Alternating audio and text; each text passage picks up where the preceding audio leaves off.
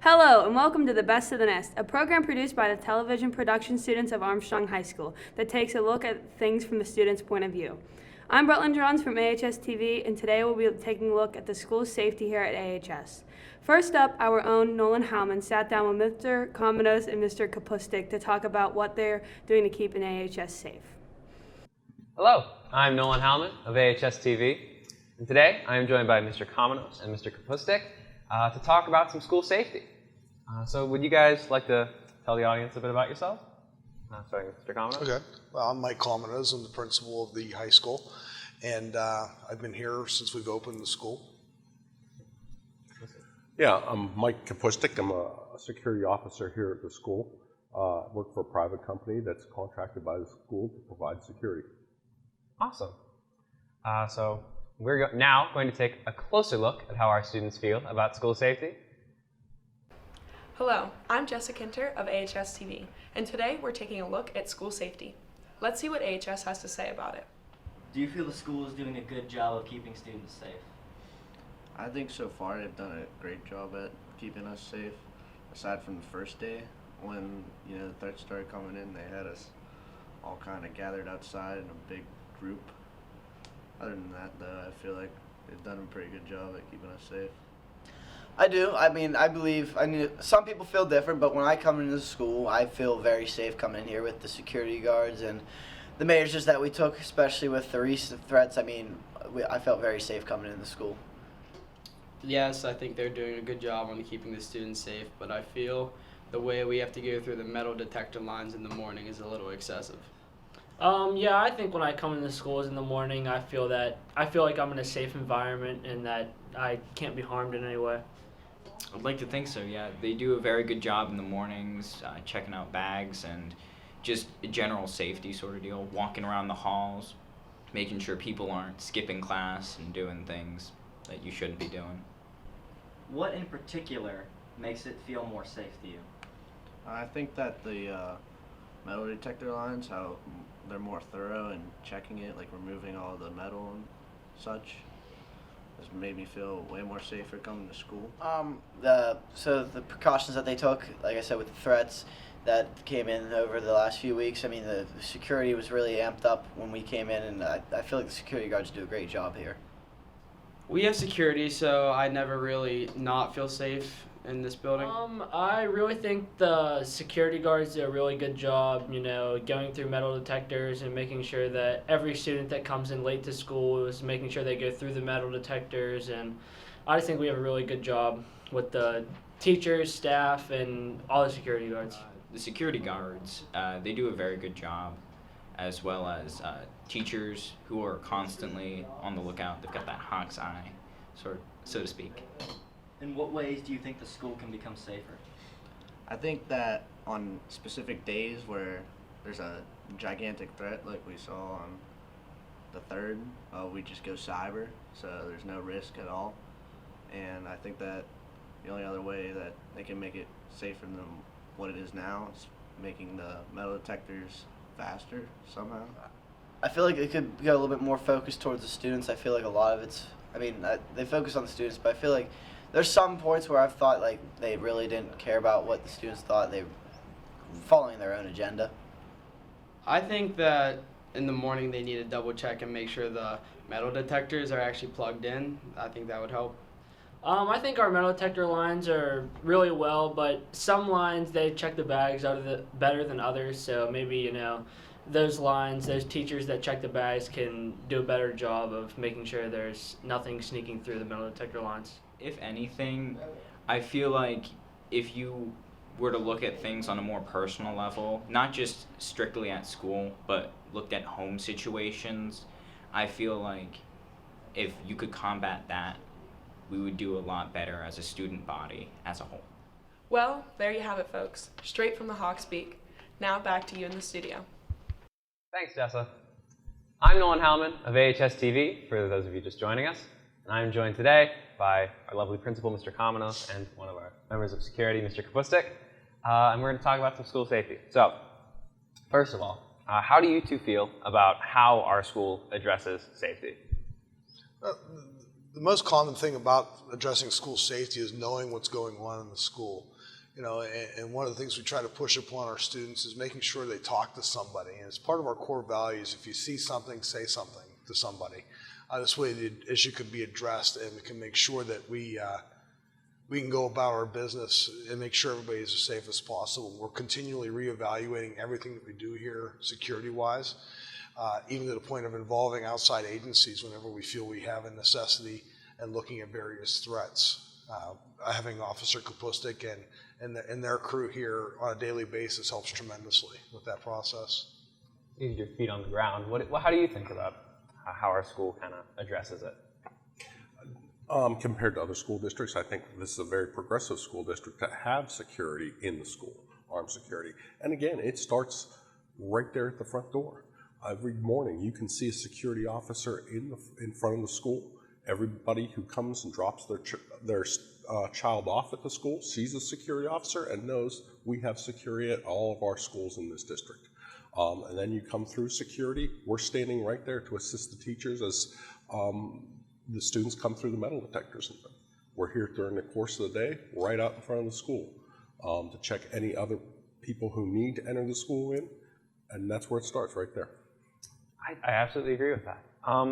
Continuing, do you guys think it's important to make sure that our students are properly informed of everything safety related?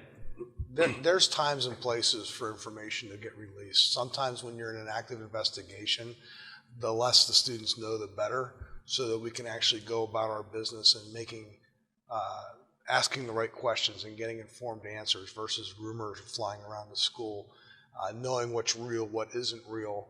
And then once we have a handle on a situation, then we can share information as readily as we can. Of course, there's also privacy rights involved with everybody, so that, if we do discipline a student for a mistake that they made, a comment that they made, something they maybe posted on social media, everybody has that privacy right to know that they're going to be secure in not having their information released. Yeah. Anything to add? Yeah, I agree. Anytime, if there's a major incident, not a major incident, but an incident we need some confidentiality so we can continue to conduct an investigation. It's the administration's job. They're the ones that put out the information while we conduct our work and do our business. But there are some investigations that, we'd like to keep them confidential. Also, you have an issue with most of the students here are juveniles. The juvenile system is made to keep confidentiality. Mm-hmm. Yeah. So moving on to what's actively being implemented, so what are some new policies that have just been recently implemented to ensure safety? Well, as our students have realized over the last week, we started actually making them carry their bags through.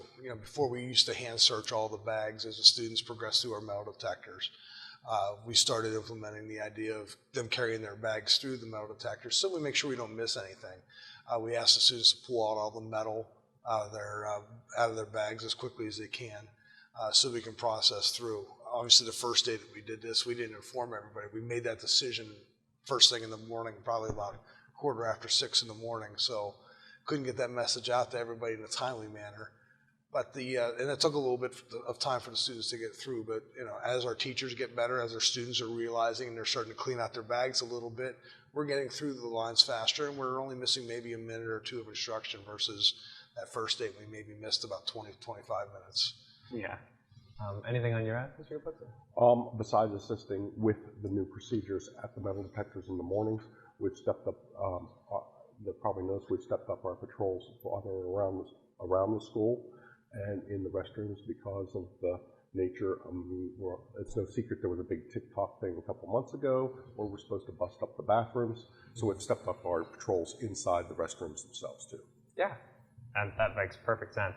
Are there any future policies you guys are looking to implement? Well, our school district actually passed a policy a couple months ago called threat assessment, where every time we have a threat, whether it's threat to self-harm, harm to others, violence against the school, and we actually have a team of teachers that we get together and determine the validity, not the validity of the threat, but the seriousness of the threat. Is this a case of a student that maybe has a mental health issue? which we're seeing more and more of this school year, and we're trying to address with proper counseling and that type of thing. But again, to just ensure the overall safety of all of our students. In addition, not that it was ever gone away, but we made sure we informed all of our students of the Safe to Say program. It's an app that you can download on your phone, your cell phone, or even access through the computer or make a phone call yourself to essentially what's a 911 type center in Harrisburg that helps determine who this information needs to get to in a timely manner so that any threats can be addressed or any safety issues can be addressed by the proper people. Awesome. No, just since for the ages, security is a situation where we've always upgraded based on what occurs. Okay, we can see even in the world of, if you even look at airports, you never had to take your shoes off at an airport until somebody tried to sneak a bomb onto a plane in their shoes. So as things happen, as we learn about different threats against society, we improve and upgrade our security as appropriate. So this next one, kind of an obvious one, but so what do you guys on a daily basis do to just provide that extra bit of safety for our students here? I think the first step is making sure you have positive relationships with the students, that they feel comfortable and secure when they come in, that somebody's greeting them, saying even something as simple as good morning to somebody. And then obviously going through the process of the metal detectors. You know, we have always have an officer at the plane crossing guard, essentially making sure no one gets hit by a bus as they come in the morning. Simple little things like that. And then, as Officer Kapostik said, we make sure we're walking around the hallways. We're trying to be visible. Again, we're hoping that our teachers are making those positive relationships with students as well, so that, you know, a student will feel comfortable, because we all know that if you're not feeling safe, that you're not going to learn as well. Yeah, like as I said before, our first step is right there at the front door, being seen, being visible, so that the public in general knows that, you know, we're here to take necessary actions in the case of an emergency. Also, we also upgrade our training. You know, during the summer when school's off, we're also out there going to training, and we get CPR training, certified in first aid, besides just the you know, the usual firearms training and proficiency, that sort of thing. So flipping the script a little bit, so what can students do to make it all easier for you guys to do your job and just to keep us safe? You constantly hear the term things like snitches get stitches and things like that. The worst thing we can do is just not say something. You know, if you see somebody that could be in danger, if you see somebody harming themselves, if you see something that's just not right in school, say something. That's the most important thing. Feel comfortable in knowing that, you know, the first core value that we taught was safety, and doing what you're supposed to be doing and being responsible in that frame. That'll help us ensure safety, because we can't see everything, so we depend on everybody. We have 1,600 people in the school. It's very easy for anybody to say something that says, hey, this doesn't look right, this doesn't feel right, this doesn't smell right. What can we do to fix it? Yeah, anything? Yeah, that would be the primary thing. Say something. Even if you're unsure, we'll check into it. It's not, you know, nobody's going to get in trouble unless you're obviously turning in a false report if they feel uncomfortable about something, or something somebody said, or something somebody's done. The other thing is, as we come to those metal detectors, let me remind you, those 1 gallon Ziploc bags. Put all your stuff, your chargers, your earpods, your phones, throw them in a Ziploc bag in your bag. That'll get everybody through a lot faster, because that stuff gets mixed up as it comes across the tables. That would be helpful if students did that sort of thing. Again, be ready for those metal detectors. You know, students like to wear the belts with the big buckles. That's going to set off the metal detector. Take that off, or maybe find a belt that does not have a big buckle on it. Steel-toed shoes. You know, some students going to tech ed do need steel-toed shoes, but for the most part, you're probably good without steel-toed shoes in this school. Yeah. That's just about all the time we have here. Do you guys have anything else to add before we go? No, we appreciate the fact we have a dialogue on this conversation, and you know, when we implemented the the core values in the school. Safety was the first one that we wanted to introduce, and it was really the first one we as a faculty talked about here in the school. So we're glad that this is becoming a topic even for the show. Yeah, the security officers here are all approachable. You can come talk to them anytime, say hi about any subjects. You know, we're people too. Yeah, and it was lovely to have this dialogue with you guys. But that being said, that's it for this segment of Best of the Nest. And I'd like to thank Mr. Kamenos and Mr. Kaputzik for being here and joining me. And we will see you next time. Thanks, Nolan. We're going to take a short break and we'll be back with more AHS-TV's Best of the Nest. Students in communications media at Indiana University of Pennsylvania can focus on a variety of areas, including media promotions. Our promotion students learn their skills by working in a hands-on environment, gaining real-world experience. They learn how to use media to promote, produce, and manage events, and how media organizations operate.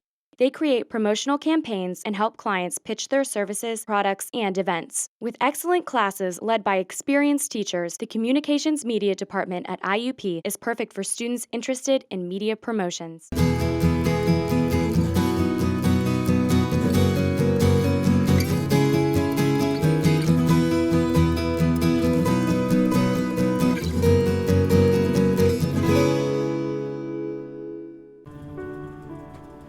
All your professors, all of them, they know that all it takes is one dreamer with passion, one person, and they hope in each of you that you might be that one who makes a longer-lasting light bulb, who writes music for the ages, who reaches into the mind and discovers a new star, and who can change the world of a fifth grader.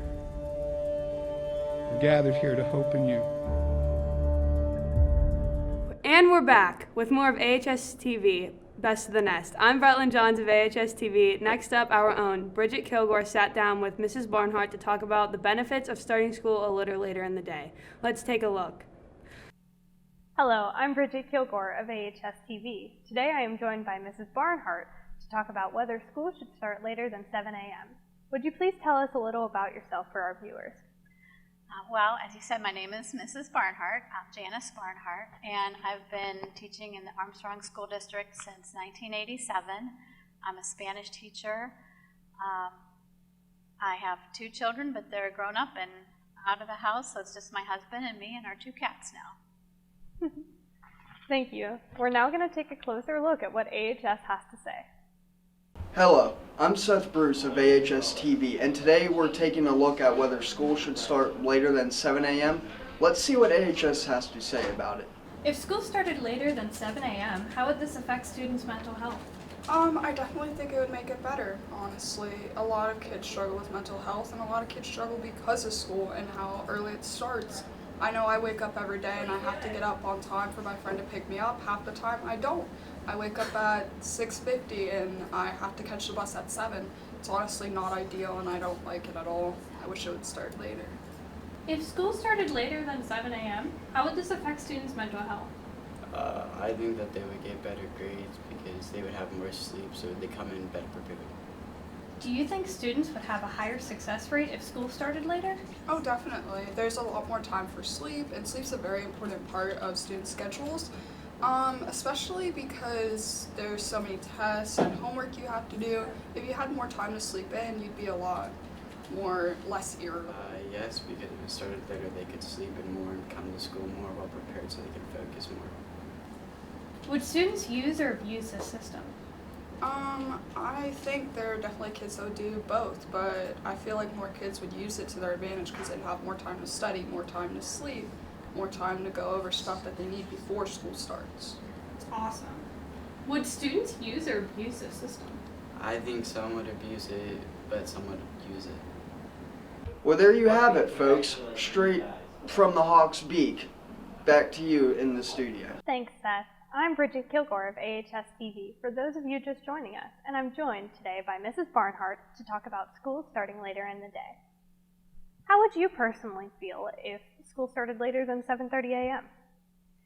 I think I would personally like that. I don't really enjoy driving in the dark, to get here, and I know my students are tired in the morning. I think if we had a little bit of a later start, they'd be a little more ready to go. Yeah, if I drove something like, drove at 6:50 instead of 6:20 every day, I would feel a lot better as well. What time do you leave for school? I leave between 5:30 and 6. Yeah, that's why I prefer school to start later than 7:30 a.m. myself. Do you think the overall health of the students would be benefited if they got to wake up early or wake up later? I think so. To tell you the truth, I'm not a professional at this. I'm not an expert, but I did look some things up. And I saw that in 2014, the American Pediatric Association recommended an 8:30 start time for students so they could get sufficient sleep. They felt that even though the academic benefit would be very slight, maybe like a 0.1% increase in GPA, they felt that the physical and mental health benefits of getting a good night's sleep would definitely be worth it. I wish I could sleep later. Really wish I could sleep later. Do you think that students would perform at a higher academic level if school started later? Even though the studies show it would be an increase, only a slight increase, I think any increase would be beneficial and would be good for students. And they would feel better and maybe be more motivated to want to learn at that point since they're feeling better. I agree. What do you think we'd have to change in order to make that happen? Well, definitely parents' schedules might change a bit. Also, busing might change. We don't have a lot of buses and drivers right now, and as we've always had, the elementary students get picked up after the high school students. So if we had the high school students go later, the elementary students would also go later. So it would kind of change everybody's schedules around. Yeah. If you were currently a student in high school, would you want school to start later than 7:30 a.m. or continue how it is now? Oh, I definitely like to sleep in just a little bit more, be better prepared for the day. As a teacher, do you see any benefits in school starting later in the day? Yes. At my age, I'm already kind of used to getting up early. For me personally, I think that I would probably still get up close to the same time, and I'd get here and I'd get some more things done in the morning when my mind is fresher. I'm a morning person. But even for everybody, I think that you'd be a little bit fresher if you got to sleep in a little longer, and everybody would benefit that way.